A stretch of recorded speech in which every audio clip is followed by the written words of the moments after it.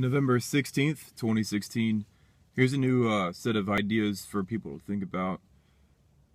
It's going to be very different, so really begin using your imagination a lot more, because it's going to be a different way of looking at the world versus what's taught in college and university. Stellar meteorology. Now, meteorology is the study of the weather. But if you have stars in all phases of matter, then it means weather should be applied to liquid material that's very hot, like lava, or even plasma when the star is really hot, like the sun. I'll go ahead and read this out for you. In this theory, weather on evolving stars signals their continuing evolution, meaning that if a star does not possess weather, it is no longer evolving. This weather does not immediately cease simply because the star stops radiating in the visible spectrum. It continues indefinitely until all matter has reached the lowest possible enthalpy. Enthalpy meaning matter in motion, heat. The plasma of a young hot star cools, recombines into gas, synthesizes molecules as it becomes solid matter through many different phases of matter, many phase transitions. Meaning lava itself can be considered weather, as it is matter in motion, just at higher enthalpies than gaseous matter.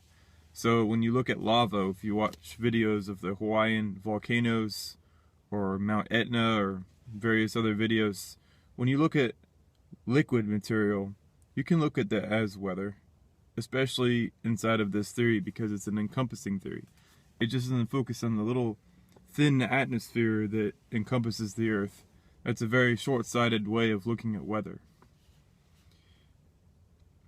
The intermediate steps of stellar differentiation involving weather overview the feedback loops of matter synthesis and decomposition, meaning matter coming together and breaking apart, the chemical bonds, more or less, all ranges of phase transitioning, and the pneumatic and hydraulic properties of the matter involved. Pneumatic meaning air pressure, the highs and lows, and hydraulics meaning fluid motion. If you have a fluid in a certain spot, it can push upon larger pieces of mass of the ground, and it can fall back down again, and that involves the fluid motion of the matter. Absence of weather equals the absence of continuing differentiation. I said that earlier. Absence of differentiation is the absence of the star evolving, meaning the star is dead. A good example of a dead star would be Mercury. There's no weather on that star. Nothing's moving. The ground's completely solidified. There's no gaseous material on the outside of Mercury. It's just dead. It's not gonna spring back to life anytime soon. Meteorology can now be considered as condensation, deposition, sublimation, ionization, recombination, vaporization, melting, solidification, and it is stressed to think of stars as incredibly complex events comprising all phases of matter. So you look at the weather of Neptune, or the weather of Uranus, or the weather of Jupiter or Saturn, or the Sun, and you learn that those are stars that are still differentiating themselves. They're still evolving.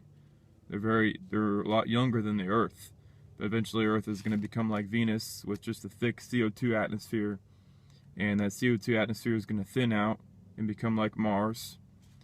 Eventually that thin CO2 atmosphere like Mars is going to become like Mercury, and it's going to leave the hard, rocky, differentiated object to wander outer space until it eventually smashes into other objects, creating asteroids and asteroid fields and the like.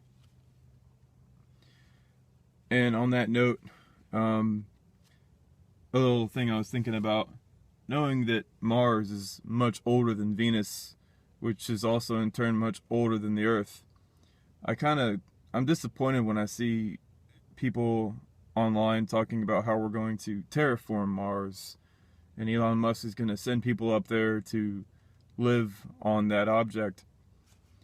I don't know if that's going to actually happen, but I do know that it's going to be a dead star quite soon, and there's not going to be a future on that object. The future, if anything, is we're going to develop technology to leave the solar system entirely and find an object that isn't dead and dying, because I don't think it's wise for humanity to go to a more dead object, a more evolved object that's on its deathbed. I don't think that's wise at all. But I guess it's a popular idea to go to Mars. I don't think it's a good idea, because the atmosphere is going to thin away and it's not going to be very habitable at all. It's just going to be a uphill battle. We'd be much better off going to the moon first and maybe building a moon base and staging operations there where the gravitational field is a lot lower and we can send up bigger rockets. But, you know, and mine the titanium that's in the moon. But Mars, I don't think that's reasonable at all. Alright, there you go.